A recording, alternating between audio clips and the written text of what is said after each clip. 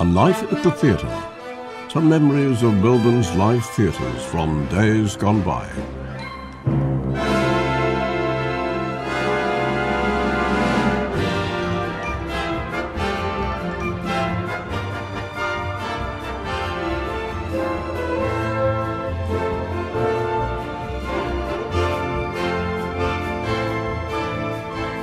The film Casablanca is probably the best remembered show, even the only remembered show, which featured at the King's Theatre in Russell Street. Yet that seemed a little unfair, as the King's, for most of its life, presented live stage shows.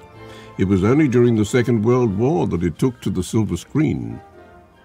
The King's opened on July the 10th, 1908, built for and managed by entrepreneur William Anderson.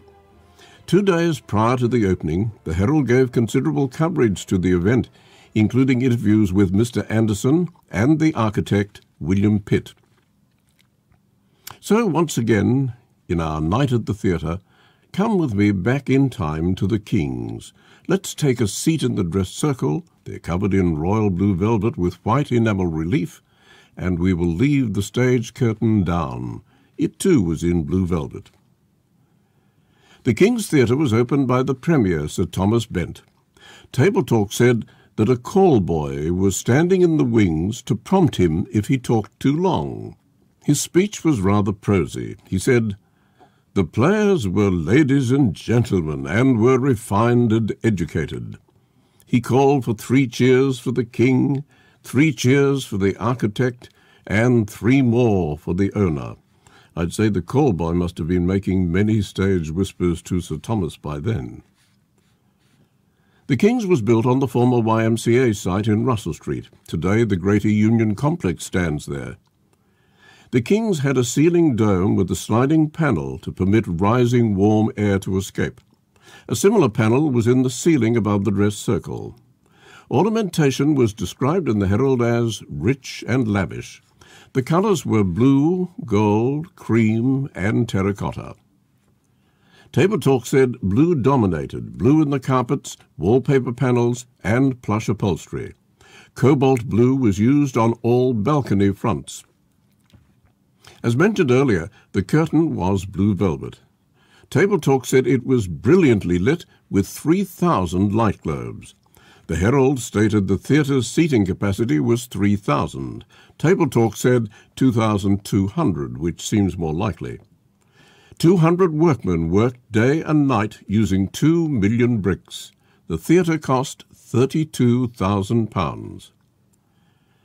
For our first musical break, we're going to flash forward a few years to a show the King's Theatre staged in 1934, the operetta The Du Barry by Carl Milliker, opened on the night of Saturday, March the 31st, 1934, starring Sylvia Welling and John Dudley.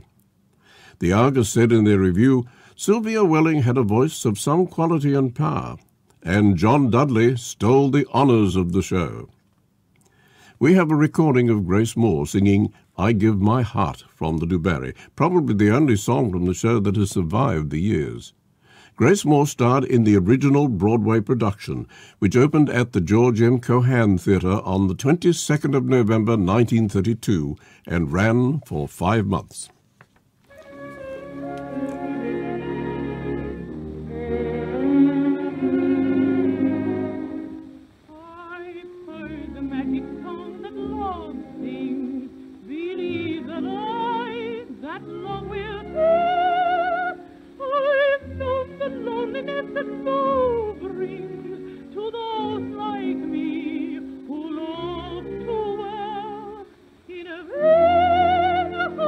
Pretty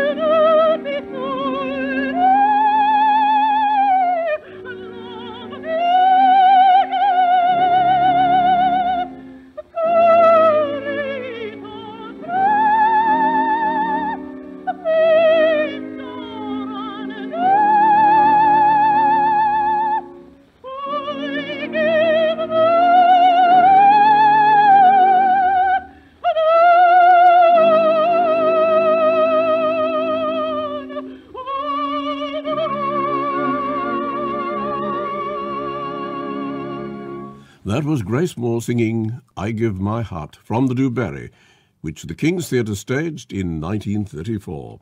And whilst we're speaking of 1934, another event of note took place at the King's that year. During the run of the play The Roadhouse, starring Dorothy Brunton, the theatre announced that on Monday the 16th of October 1934, Sir Charles Kingsford Smith, the world's greatest aviator, will be tendered a public reception on stage. Sir Charles had just flown from Melbourne to Perth in a record-breaking 10.5 hours in his little grey streak, the Lady Southern Cross. The King's Theatre was a place of many rooms, 5 lavatories, cloakrooms, 4 tiers of dressing rooms, a sewing room, ballet room, and even a paint room. It had, in 1908, the largest stage in Australia. It was also the safest theatre, with fire-retardant materials and fire hydrants. William Anderson, long before he dreamed of his King's Theatre, started out touring one of the Theatre Royal's leftovers, the Panto Sinbad, to Benalla, Ballarat and Geelong. The stars were Maggie Moore and George Coppin. If perchance you happen to remember the King's, the colourful blue interiors may seem, as was said in The King and I, a puzzlement, for in its latter days it looked dreary. A fire backstage in 1931 caused a complete repainting. Table Talk on August the 29th, 1931 asked, "What will happen to the King's?" It went on, "This is the second fire within 12 months and has further depleted our theatres. The King's has sheltered many a famous star and dates back to the days of stirring and melting melodrama." End of quote. The asbestos fire curtain prevented the fire from spreading into the auditorium. The theatre was insured for £25,000. J.C. Williamson's were the sublessees. A great deal of scenery and stage properties was lost. A very thick brick wall saved the dressing rooms and wardrobe rooms. The first word of the theatre's reopening was when Table Talk on July the 2nd, 1931, said the King's was undergoing repairs and improvements and will soon be ready. It reopened on August the 1st, 1931, with a review, though not with J.C. Williamson's. George Marlowe had taken over. The show was the Laugh Parade with Nat Phillips and Sid Beck, Amy Rochelle, Stella Lamond, Billy Lambert and Keith Connolly, along with Tiny Douglas and his Varsity Boys. Stella Lamond sang After My Laughter and was praised by The Age. Both The Age and Argus found the show bright and funny, though The Age found some of the humour excessively lewd. Following the review season, the King's kept to plays for the remainder of the year, beginning with The Constant Nymph with the Gregan McMahon Players. Let's hear now from the late and great Stella Lamond. I had the pleasure of working with Stella while directing many an episode of Bellbird for ABC television. And when she and Maurie Fields got together, rehearsals could be hilarious. In this recording, Stella is accompanied by Jim Davidson's orchestra as she sings The Girl at the Ironing Board.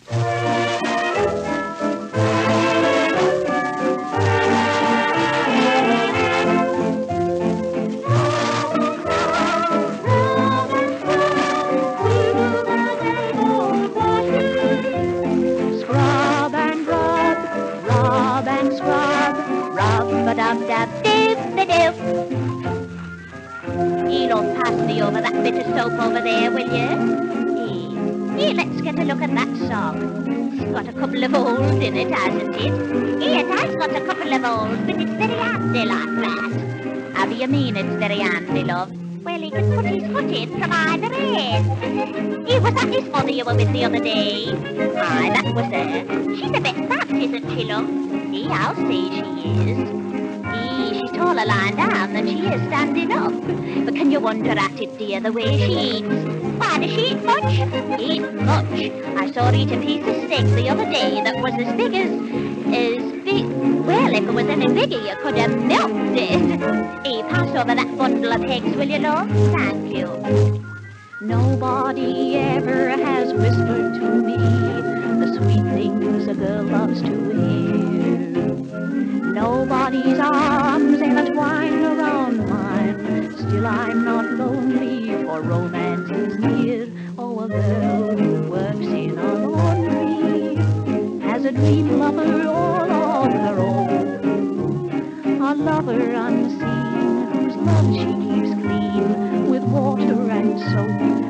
washing machine. Oh, she loves to launder his linen. Every collar and shirt is adored. As she fondles each sock, she can love him by proxy, the girl at the ironing board. Scrub and roll, rag and scrub, we do all my Lord washing. Scrub and roll, in a scrub, rough it up, every week you come to the laundry, though I never have seen you, my love, that I wash the dirt from your undershirt, and my heart is glad, though my fingers may hurt. There is something about your pajamas that enthralls me with sweet ecstasy, and because it's part of you, I'm learning to love you, so bring back your laundry to me. Bring back, bring back, bring back your laundry to me, to me. Bring back, oh bring back your laundry to me.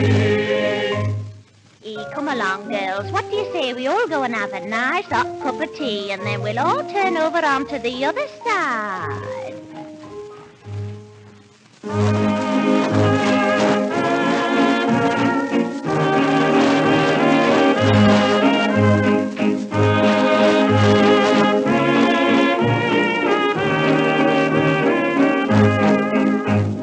Bring back, bring back, bring back your laundry to me, to me.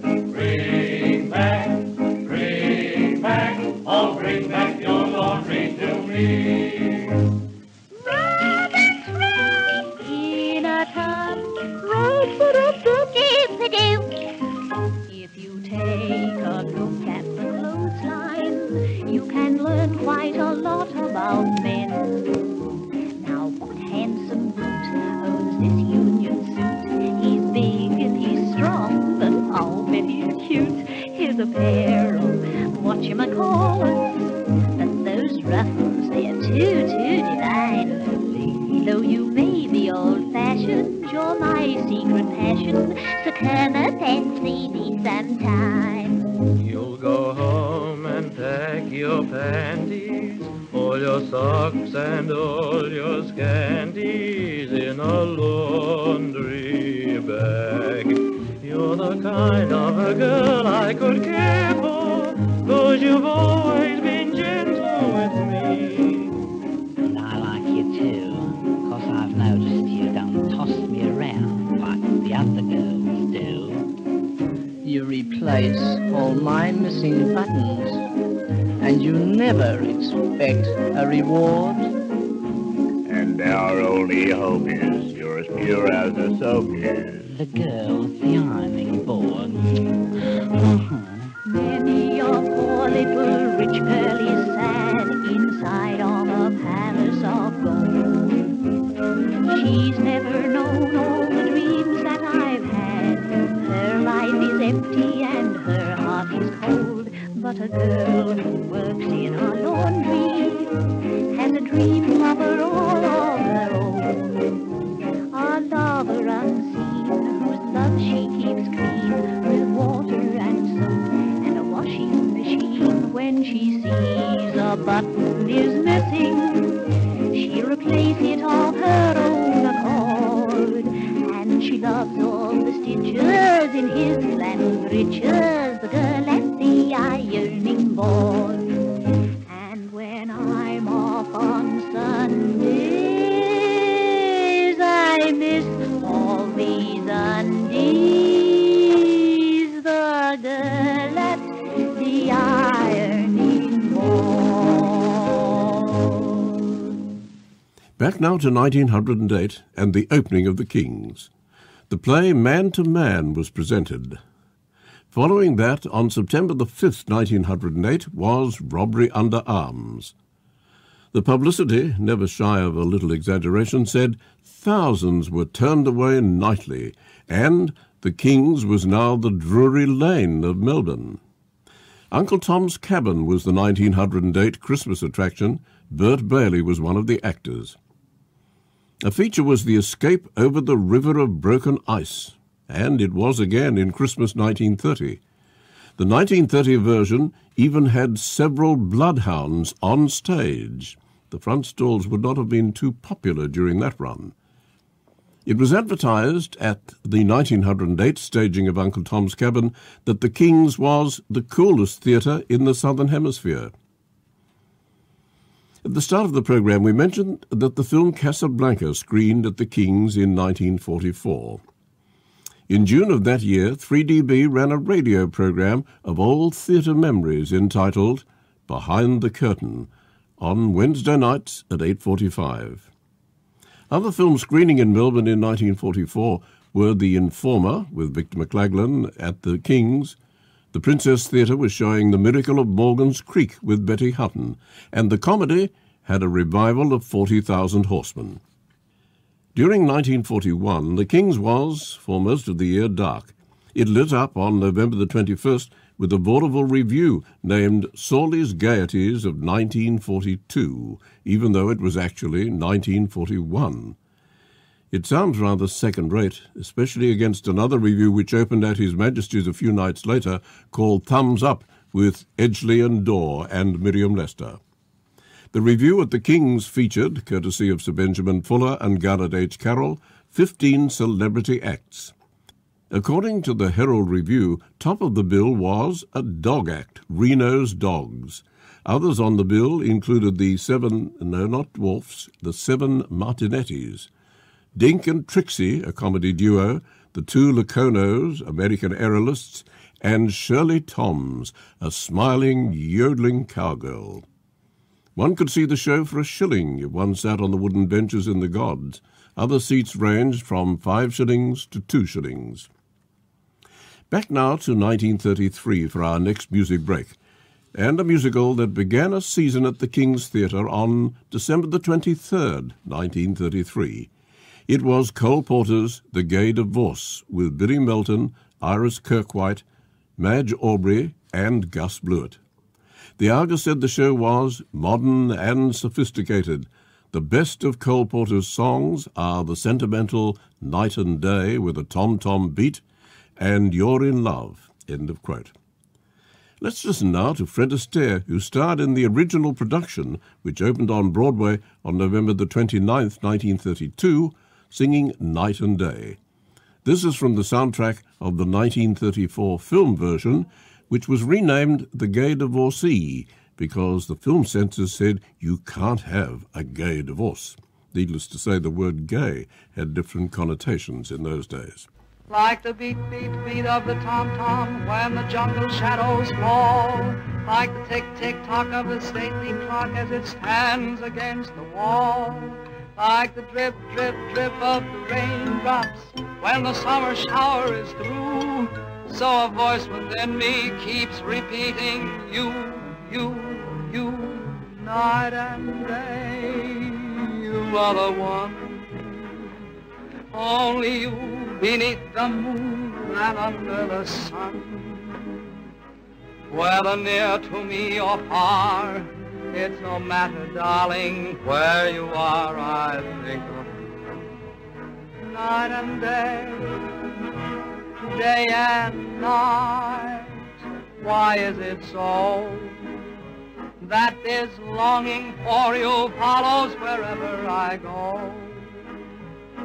In the roaring traffic's boom, in the silence of my lonely room, I think of you. Night and day, night and day, under the height of me, there's an oh such a hungry yearning burning inside of me, and its torment won't be through till you let me spend my life making love to you day and night, night and day.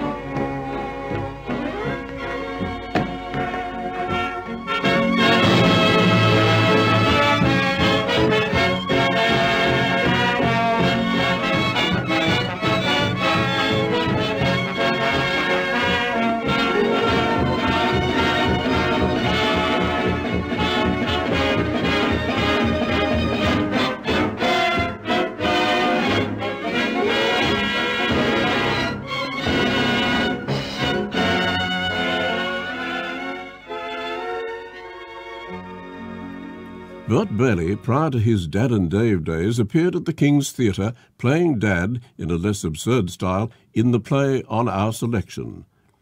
It began a return season in June 1925. The first season was 13 years earlier. At that time, Bert Bailey was lessee of the Kings. Ticket prices ranged from 6 shillings down to 1 and 4pence halfpenny. Dante the Magician made a return visit to the King's Theatre on April the 20th, 1935.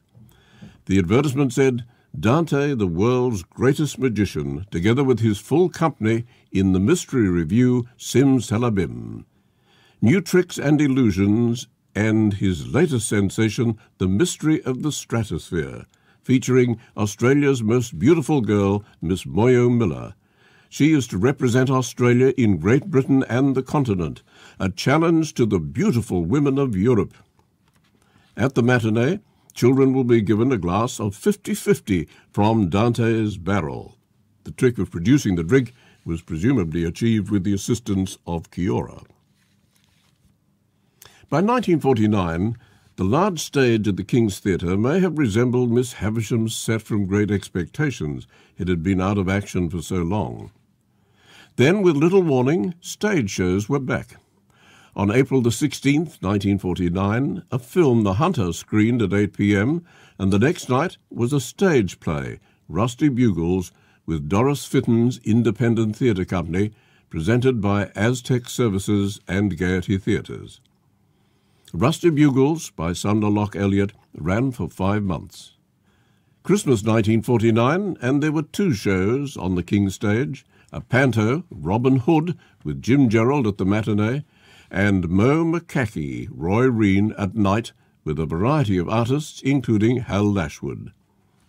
After a predetermined 3-week run, it was replaced with McCackey Mansions, the popular radio show in a stage version.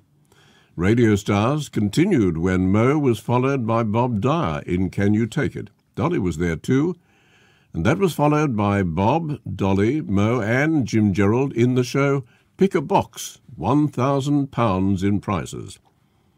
Mo, Australia's most famous comic, often included a comic song in his sketches and an occasional straight musical number. Let's listen to Mo's singing voice in this excerpt from one of his radio shows. We may not have much money, but we have a lot of fun. I'm my own master, and I can go when I please and do what I please, because I'm playing the game in the West. I'm playing the game in the city. I'm leading a life that tells. I'm flirting with Maudie and Kitty. I'm strolling along in the Strand. I'm knocking the people about. And I'm not going home till 9:45, 'cause it's my night out.